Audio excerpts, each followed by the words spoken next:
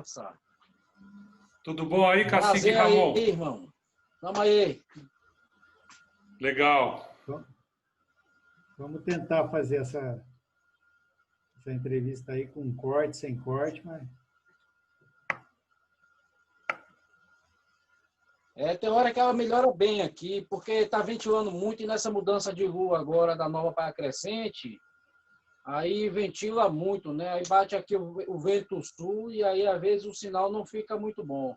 Nós estamos aqui nos assegurando, né, com essa questão da pandemia. Aqui na comunidade nós estamos com as porteiras e portas fechadas mesmo, não entra ninguém nas comunidades. Agora, porém, a dificuldade do território ainda não ser demarcado e só delimitado, acaba que muitas vicinais ficam abertas e a gente não tem controle suficiente de todos os indígenas, né? São 8.000 indígenas e, infelizmente, teve agora registrado 9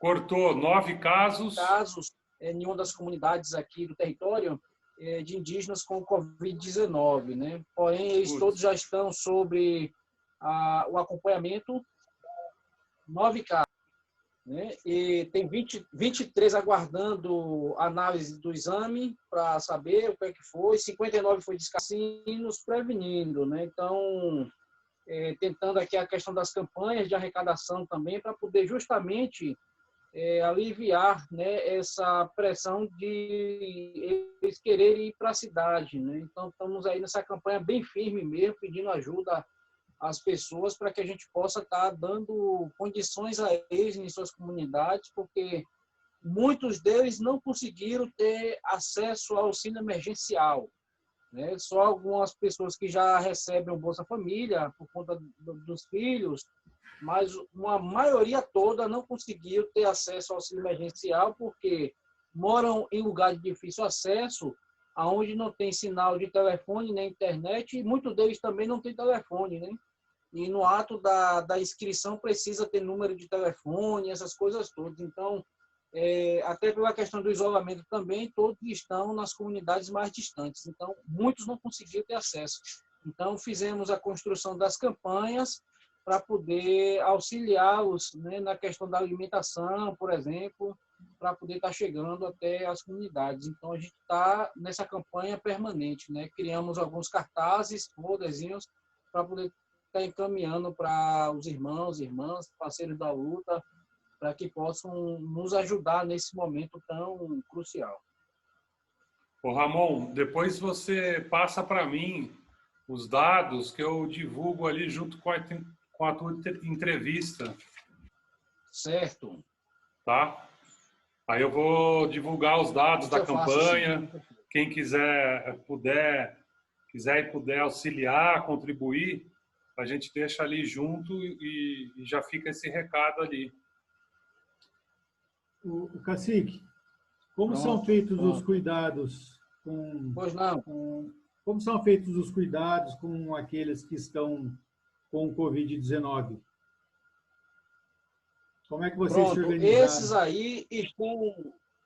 Certo. Esses aí estão isolados, esses indígenas, e está tendo acompanhamento com a equipe médica e as enfermeiras, né, esse pessoal todo da SESAI, né, que é a Secretaria Especial de Saúde Indígena. Então, esse pessoal tem monitorado e dando toda a atenção a essas famílias. E aqui, com essas campanhas que nós fizemos, até como forma de orientação também, porque não chega EPIs aqui para os indígenas, então, com essas doações aí que nós tivemos, nós conseguimos, aqui, ao menos na minha comunidade, Aldeia Tucum, através das indígenas aqui que trabalham com costura, conseguimos construir cerca de 600 e quanto, filha, máscaras? 602 máscaras, né, de pano, tecido, que aí com essa ajuda das campanhas que vai chegando, além da alimentação, a gente tem feito essa compra de material, a gente destina uma equipe específica para poder fazer determinado tipo de serviço, até para poder não sair mais pessoas, né? E assim, quando chega na comunidade, aí lá toma banho, né? Passa álcool, essas coisas tudo, álcool gel, né? Lava a mão com sabão, né? Então, estamos ligados nisso, né? É importante. Maravilha. E através de alguns grupos de não pode sair, né? Só sai a equipe e quando chegam os materiais que vão levando para essas comunidades. Nenhum óbito ainda, né? Olha, óbito houve um, agora, porém, o resultado dessa pessoa ainda não saiu. Um ancião que já de quase 90 anos, aqui, Pedro Alcântara, e a família que teve contato com ele, todos testaram negativo ao Covid, né? Se possível, ele pegou essa doença, ele sofria de hipertensão, passou mal e foi para um hospital de Ilhéus, que é um hospital regional. E quando voltou, sentiu os sintomas, né? Levado novamente aonde não resistiu e veio a óbito. E lá fizeram essa questão do exame todo e até, acho que dia 1º do exame dele. Mas, ô Ramon, conta aqui pra gente um pouco da sua história de vida, como é que foi, como você chegou aí no lugar que você está hoje, a sua trajetória, algumas situações que foram importantes e marcantes, porque você tem uma militância aí e uma liderança que vai além da sua aldeia, né? Você já participou de várias ações em prol do direito dos povos indígenas. Então, conta um pouco para a gente, assim, né, da sua história. Bem, Álvaro e Márcio, né? Falando um pouco de mim, a gente traz a trajetória, primeiramente, do nosso povo, Tupinambá de Olivença, e até eu chegar aqui, teve nossos antepassados, né? Todos aqueles que lutaram desde o princípio, porque o Tupinambá é o primeiro povo de contato dentro desse país, e nós estamos aqui desde sempre, nunca saímos desse território. Muito pelo contrário, as pessoas que sempre foram vindo para dentro dos nossos territórios, né? Onde aí depois se dá todo o processo da perda desse território, parte dele, aonde se nascem as grandes cidades, né? Aqui na Bahia, se a gente pensar o território do Tupinambá, visto da Bahia, era toda a costa praiana da Bahia, né? Então, desde Salvador até chegar no extremo sul, onde estão hoje os Pataxó. Inclusive, boa parte dos Pataxó também tem a ramificação Tupinambá, da família Braz, por exemplo, né? Porque a anciã Índia Velha, que foi levada para lá, foi nascida aqui, né? No nosso território. Então, ela gerou as famílias e é uma grande família hoje dentro do território Pataxó. Então, tinha essa leva geográfica, né? Aqui na região toda, essa região linda de Mata Atlântica ainda, que ainda se tem preservada por nós, manguezais, a fonte de água, a estância hidromineral única, beira-mar em toda a costa brasileira, não tem lugar algum, só tem aqui. Águas milagrosas que nós utilizamos para os banhos, para cura mesmo, né, aqui dentro desse território. E a gente vem nessa trajetória, né? Temos essa parte de enfrentamentos em 1559, que é um grande embate, que inclusive é escrito nos livros didáticos, a Batalha dos Nadadores, né, o Mendiçá, né, contra Mendiçá, o sádico aí que veio trazido de Portugal para tentar nos exterminar, e aonde em sua carta ele diz que exterminou, né, o povo, mas ele não conseguiu exterminar todo mundo, porque chegam as missões de Jesus, né, as missões jesuíticas aqui na região, e aí constrói o aldeamento de Olivença. Então, constrói com toda a mão de obra indígena a igreja de Nossa Senhora da Escada, que é datada a sua inauguração em 1700, e até os dias de hoje ela está lá, que é feita contra-se intacta, né? Lá naquela localidade da Central de Olivença. Questão de passar todo o processo do que eles tinham, do cristianismo. Então, nos ensinou, né, essa parte aí de uma forma forçada, o processo do cristianismo e também todo esse processo do ensino do aprender a ler e tudo mais, e conhecer essa outra religião que foi aqui infiltrada dentro da nossa vida, modo de ser, né, do nosso povo. Né? Então, ele dizia que a gente não tinha Deus, que éramos selvagens, tinha que ser domesticados, né? E entrou nesse processo. Muitos indígenas de família fugiram para dentro mais ainda das florestas, onde aqui constituiu as 22 aldeias, porque antes era uma aldeia só, depois as famílias foram afugentando, né, para as florestas, e aí foram montando quantidade de famílias em determinadas regiões. Então, assim, formou 22 comunidades dentro desse território, que mais tarde ele vai ser encontrado com jesuítas e os índios catequizados, como eles chamam, através do que hoje se faz, que é a bandeira do Divino Espírito Santo. Essa é uma festa tradicional aqui, que é realizada esse ano, não vai acontecer devido à pandemia, onde se percorre todo o território durante um mês, todas as 23 aldeias. Então, são 2 bandeiras que percorrem o território todo, nesse reencontro com as famílias. Né? Então, faz algo que acontecia lá atrás.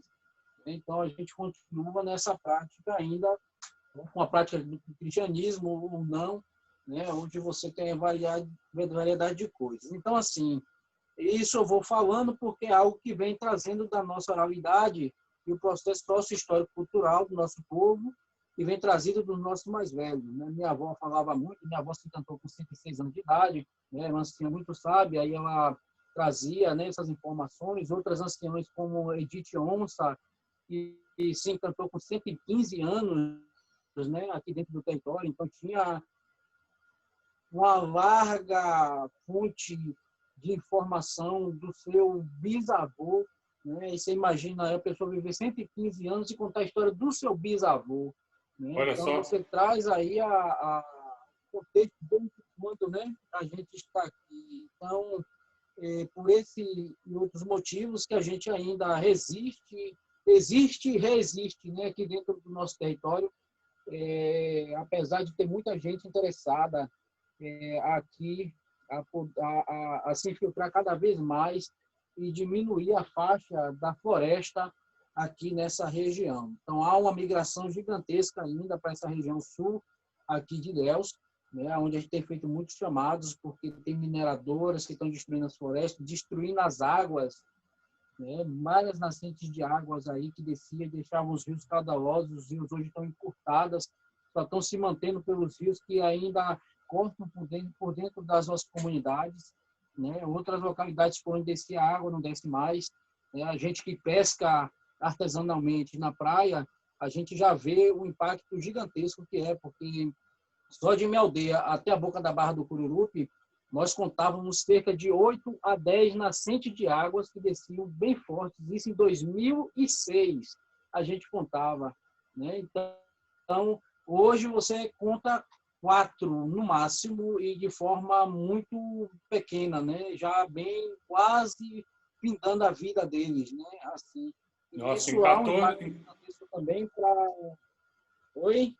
Em 14 anos, caiu para mais da metade. Isso. Né? E isso gera um impacto gigantesco, porque a água salgada ela avança e a água doce diminui. Então, você impacta na vida também dos seres que estão ali, né? O robalo, o bagre e outros peixes mais, bem como a raia, né? Que chega para adjunto, não chega mais, o cação, né? Que entra também, e o próprio caranguejo, que na sua prática de reprodução, as fêmeas descem aonde a água é mais salobra, banha-se, né, as suas ovas aonde os girinozinhos vêm para dentro do mangue, e nos buracos quem vai dar de comer a eles é o macho. Né? Então, quando essa água vem avançando mais, cada vez mais vai ficando difícil também a reza, é algo também da nossa cadeia alimentar, que a gente tem um cuidado também de não estar pegando qualquer hora, né, tem os momentos certos. Tem muita gente que deixa para pegar o caranguejo na época de andada, que é justamente ele está se reproduzindo, né, não pode pegar. Então, é desse jeito que está. Então, eu vindo e aprendendo toda essa história para poder estudar, porque aqui na região não tinha um colégio ainda adequado, né? Meu pai, ele era portuário, né? Ele saiu bem novo assim da aldeia também, e aí ele foi gerado aqui por minha avó, nasceu na beira de rio, como todos os seus irmãos, todos eles aqui, na comunidade de Serra Negra, que é a nossa, né, área mesmo nativa de família, assim, porque a gente tem uma família bem grande, extensa, percorre o território todo, né? E Atucum aqui era onde morava a minha bisavó, né? Onde nós estamos, que é uma área que nós retomamos de volta, né? Para a família, porque no período de perseguição aqui, muitos dos nossos territórios foram doados pelo governo do estado às pessoas que nos enfrentassem aqui na região.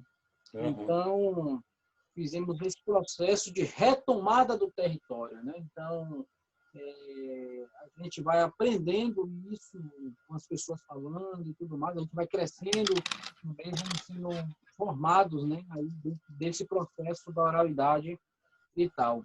Então, em Ilhéus eu estudei, né, todo o ensino, até o ensino fundamental, o ensino médio.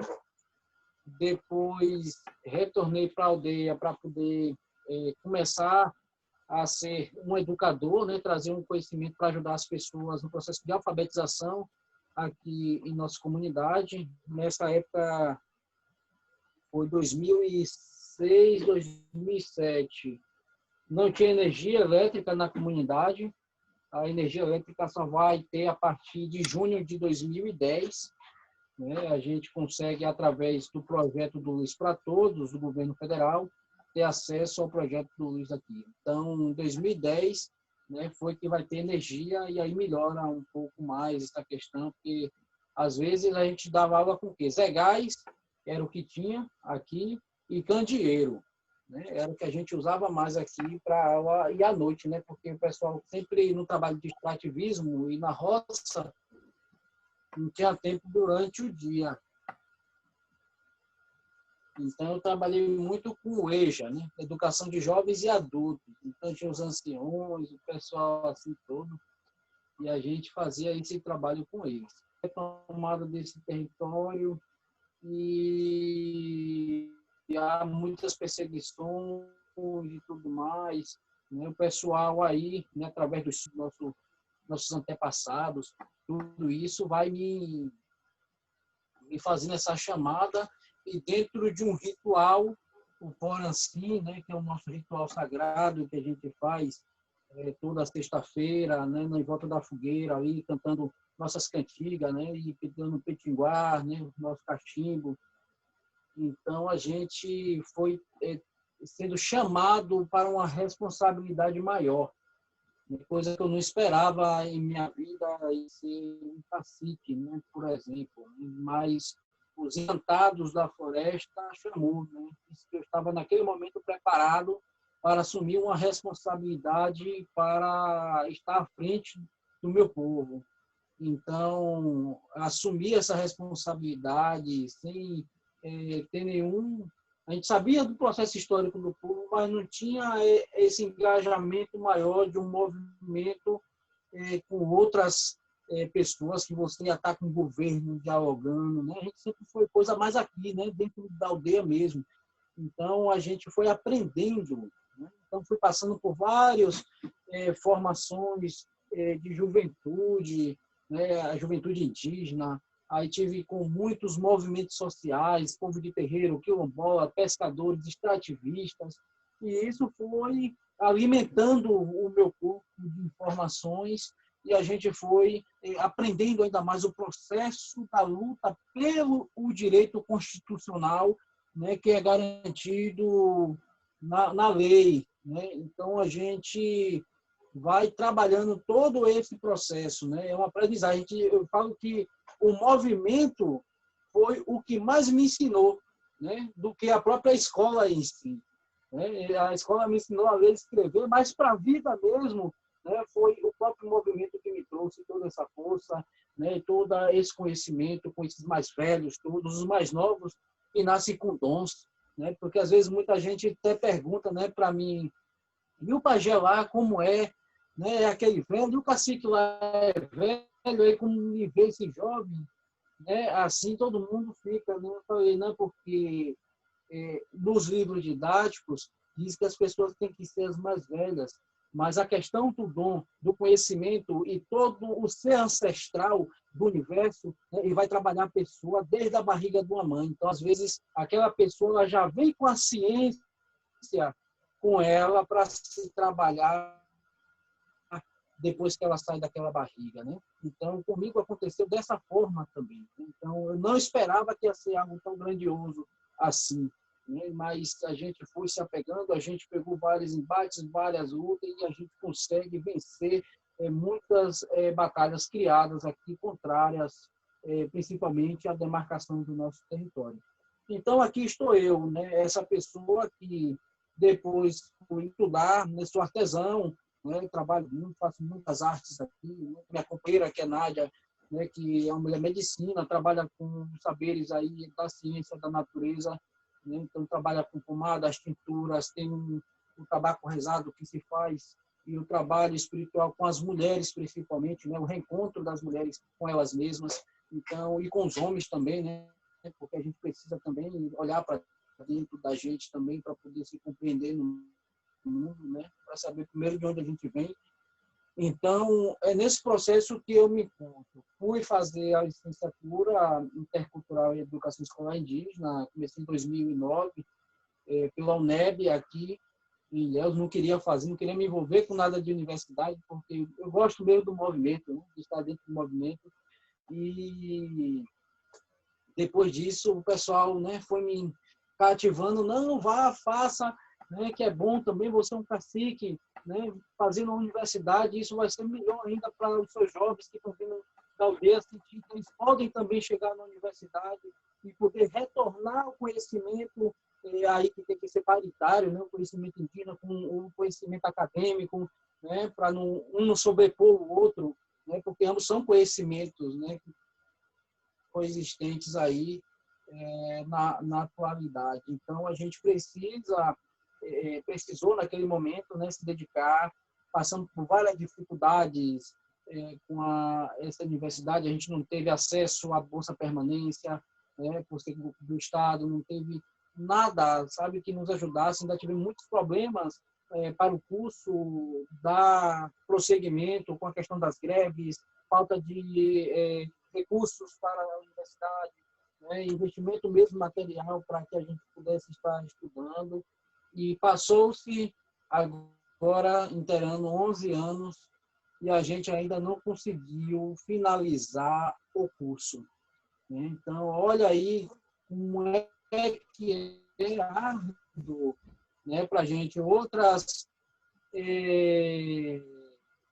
E aí a gente consegue fazer, né, com que cerca de 93 professores indígenas do estado da Bahia, né, que nós somos cerca de 23 a 24 povos indígenas no estado da Bahia, né, a gente conseguiu sair do curso, fez outro curso, se formou, já está fazendo doutorado, e a gente ainda não conseguiu terminar a nossa graduação. Né? Então, assim, é altamente complicado, e agora com a pandemia ainda, né, é complicado. Né? Então, a gente não conseguiu colar grau ainda. Né? Esse é o dizer, não conseguimos colar grau. Defendemos todas as teses e tudo mais, mas colar grau ainda não. Então, esse sou eu aí, eu acho que espero que dê essa condição, né? Sou essa liderança que está aí nessa discussão variada, né? Eu sou todo mundo, né? Todo movimento indígena, quilombola, terreiro, né? E todos aqueles que vai chamando das universidades e tudo mais, a gente vai dialogando e compartilhando saberes, né? Que eu acho que é esse o mais legal, né? Quando você consegue compartilhar saberes, né? O saber está aí para que todos possam refletir, né? Respeitar, né? Também, porque são sabedorias muito longínquas, né? Muito antigas, e a gente precisa compreender, né? As pessoas que às vezes não têm nenhum conhecimento sequer das questões indígenas. Então, a gente vem trabalhando com paciência, trabalhando com as escolas para isso, né? A gente se coloca para isso. O Ramon? Oi. Você estava falando disso de compartilhar, né, o conhecimento, e você também atuou na formação de professores indígenas, né? Como é que foi isso? Bom, a questão da profissão aqui do professor indígena, nós passamos um bom tempo aqui para poder, no estado da Bahia, para poder reconhecer a categoria do professor indígena.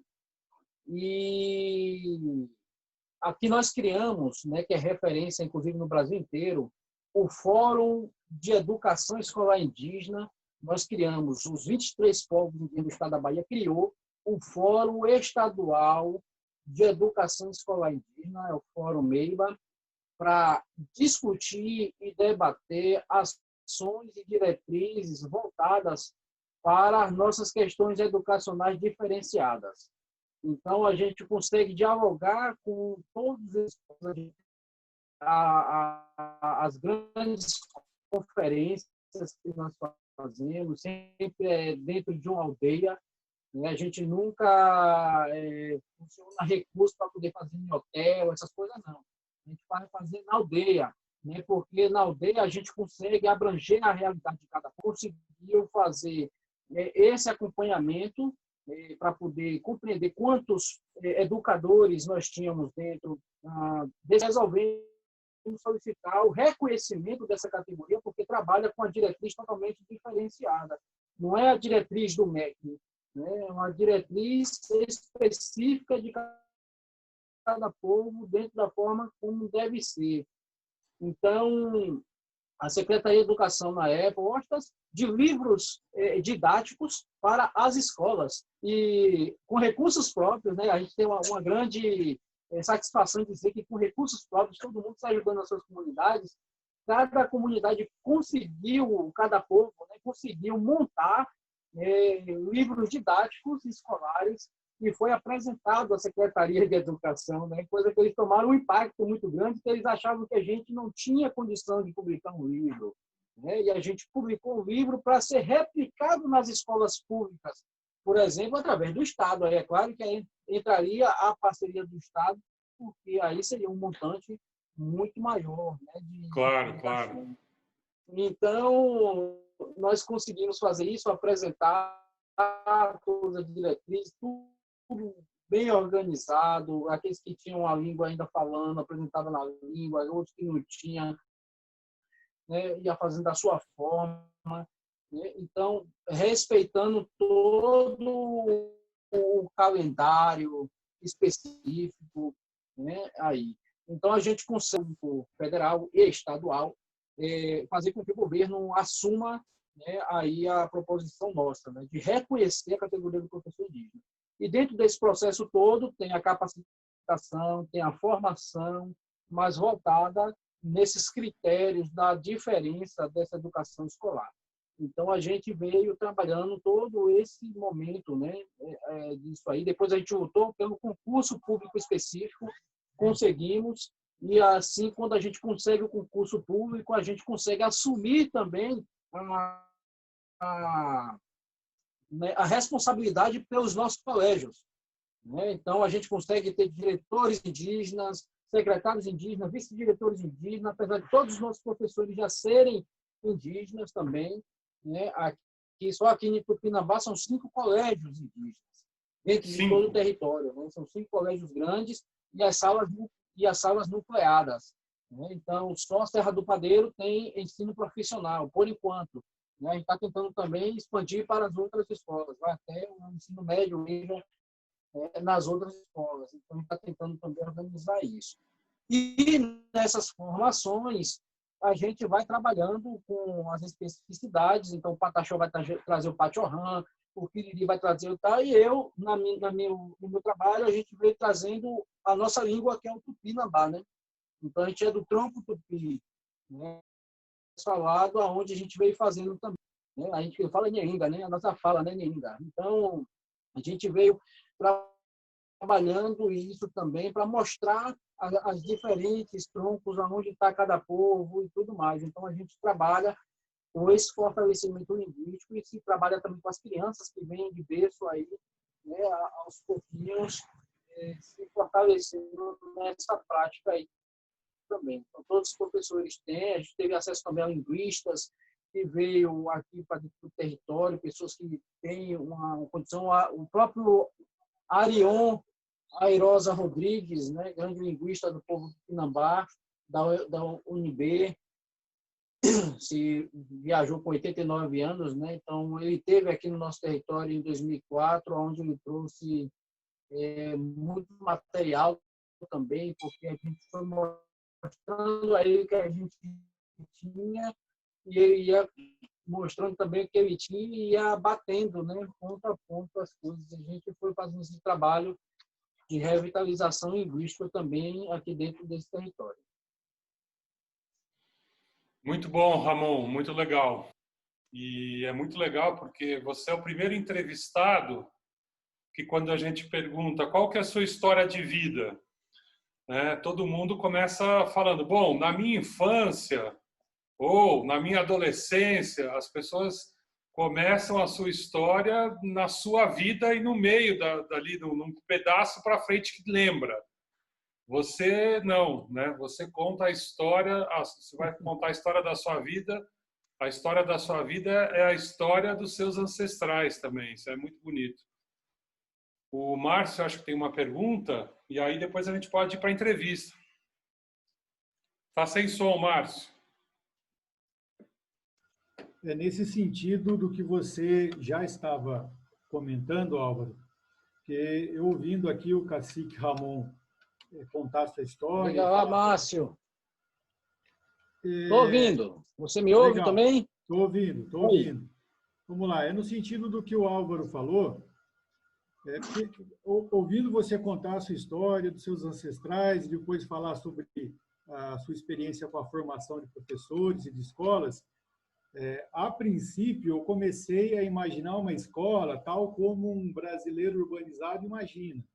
Depois eu comecei a entender que não exatamente, que as escolas de vocês e a formação de vocês é também no sentido de fortalecer as tradições. É isso mesmo, né, que eu compreendi. Então, não é simplesmente ensinar as disciplinas que qualquer pessoa aprenda numa escola na cidade, mas passa também pela cultura, pela história e pelas tradições do seu povo. Foi isso que eu entendi, só queria confirmar isso. E aí, uma pergunta nesse sentido também, é que você conte um pouco como é que é a organização social do seu povo. Entende? Porque o brasileiro, em geral, o urbano, ele conhece muito... Caiu. Bom, eu estava concluindo a pergunta no sentido de perguntar como é a organização social do seu povo. Precisa ver o que ele ouviu, né? Talvez. Até onde você me ouviu? Não, eu ouvi. Até aí já ouvi. Até aí, a organização social. Porque você falou de cacique, de pajé, dos encantados da floresta, de escolas. Então, eu queria entender um pouco mais de como vocês se organizam socialmente, porque para quem, né, o brasileiro médio, urbanizado ou mesmo rural, o que ele sabe dos indígenas é basicamente de livros, e de livros escritos por quem não é indígena, geralmente. Então, não consegue expressar o que é essa relação de vocês com a vida, com a floresta, com os ancestrais. Então, eu queria que você falasse um pouco mais sobre isso. Certo. A questão da nosso modo de ser tupinambá aqui, nós temos várias atividades, né? A gente é extrativista, a gente é agricultor, né? Nós somos artesãos, né? Que a nossa cultura da floresta aqui é muito extensa, né? Porque a própria floresta também nos dá de comer, porque tem muita fruta nativa, mas a gente também tem muitas plantações, né? Então a gente desenvolve aqui na agricultura o plantio de hortaliças, das verduras, frutas. Só aqui na aldeia nós temos quase 100 mil pés de abacaxis, jaqueiras, né? E outras frutas mais, cupuaçu, né? Então, assim, e o feijão, abóbora, quiabo, maxixe, jiló, cebolinha, né? Essas coisas tudo assim a gente vai plantando também, né? E abóbora. Então, a gente vai montando essa cadeia alimentar. Porém, essa cadeia alimentar, ela dura de 3 a 9 meses para poder estarem prontas, né? Tem culturas com 3 meses, tem culturas que demoram mais um pouco, como a mandiocultura, por exemplo. Que a gente tem as duas espécies, que é a mandioca e o aipim. O aipim a gente come ele, né, cozido, e a mandioca a gente usa para poder fazer a nossa farinha, que é de alta qualidade, né? Aqui essa farinha nossa, que inclusive ganhou uma competição de melhor farinha do Brasil, essa farinha nossa, através de um atravessador, né? A gente nem sabia. Esse atravessador comprou a farinha nossa da região do Santana e empacotou toda essa farinha com o símbolo dele, farinha de Buerarema, que é onde faz parte também, geograficamente, parte do nosso território. E levou essa farinha para essa competição e ganhou o primeiro lugar. Então, até hoje, muita gente fala, rapaz, que farinha boa de Buerarema, mas ninguém compreendia que essa farinha vinha do território indígena, né? E quando a gente descobre isso, lógico, para de vender a farinha para esse atravessador, né? Também que agiu de má fé, porque ele poderia ter falado tranquilamente, né? Aberto tudo, olha, Claro, ter pega a feito uma farinha, parceria, né? ganhar lá, a gente vê o que é que faz e tudo mais. Mas não foi feito isso, né? Ele levou o nome como se fosse dele. E não se faz a farinha igual a gente faz, porque tudo aqui é ritualizado, né? A gente ritualiza tudo, desde quando vai fazer o arrancador, a forma, quem é que vai torrar a farinha, né? A forma como você descasca a mandioca, né? Então, tudo isso dá uma qualidade na farinha totalmente diferenciada. E, o incrível que pareça, todos os torradores, nenhuma farinha aqui sai igual à outra. Todas com qualidade e com pontos diferentes de qualidade de farinha, né? Então, cada torrador tem o seu ponto de torrar a farinha. Grande isso, né? Muita gente procura a nossa farinha, amigos assim, tal. Gente que vem da comunidade sempre leva uma farinha, participam aqui com a gente da vivência de como produzir a farinha, né? E tudo, e sai com satisfação. Farinha, a gente quer contribuir, não precisa, fazendo essa troca com as pessoas, né? Aqui na aldeia mesmo, a gente sempre fez isso, né? A gente não quer as pessoas vindo como mera visita, né? A gente quer que as pessoas venham e vivenciem com a gente, né? Que participem da nossa vida, aquela coisa toda sem participar, sentir, derramar o suor do corpo mesmo ali, sabe? Sentir a terra, o cheiro da terra, né? E você fazer tudo aquilo, né? Florescer. Então, é importante, né? O nosso método de vida é nossos mergulhadores de pesca de lagosta praiana, né? Que é a lagostinha. Essas lagostas são levadas também para as cabanas praianas de Ilhéus aqui. Agora, porém, com essa pandemia, todos estão sem poder pescar, né? Ele pega mesmo para comer dentro da aldeia, né? Tem o pessoal das universidades, quando chega aqui, que a gente mostra que tem lagostinha, o pessoal cai para trás, né? Como assim? Lagostinha lá em Salvador custa R$100, né? Com molho de pimenta e tudo mais. Então, essa é a importância, né? De a gente mostrar esse método de vida, que é uma vida saudável, né? Onde a gente tem muita preocupação, inclusive com eles, né? Que vivem dentro das cidades, aí que às vezes não tem mais árvores, né? Não tem onde você fazer uma reza. Eu fui em São Paulo aí, eu fiquei agoniado, junto com Nádia, né, para poder fazer uma vivência há um tempo atrás. E aí a gente ficou num lugar chamado Brooklyn. E aí quando chegou lá, rapaz, a gente catou, olhava para um canto, olhava para outro assim, procurando árvore. Cadê as árvores? Pelo amor de Deus, a gente precisa acender um cachimbo junto à árvore. A gente precisa rezar. Aqui não tem árvores, né? Até que ela levou a gente depois para próximo de Bertioga para poder a gente ir se recuperar um pouco, né? Porque é muito impactante para a gente. Na vida da gente é muito impactante a gente que está e mora dentro da floresta. É impactante quando você sai, né? Aqui em Ilhéus, que é mais próximo, mas cercado, chega lá, fica agoniado, né? Agora imagine aí em São Paulo essa loucura toda, né? Que é. E a gente ficou muito agoniado. Então, assim, aqui é isso, né? Essa é a vivência nossa, né? A gente trabalha, a gente gera riqueza também, né? Porque a gente tem de tudo um pouco, né? A riqueza cultural, a riqueza social, né? A gente faz essa troca de conhecimento com as pessoas que vêm para cá, a gente cuida de pessoas que vêm para cá, né, que precisam se reconectar com elas, nossos medicamentos naturais, para que elas se curem, né, porque a gente diz que a medicina química ela é paliativa, não é curativa.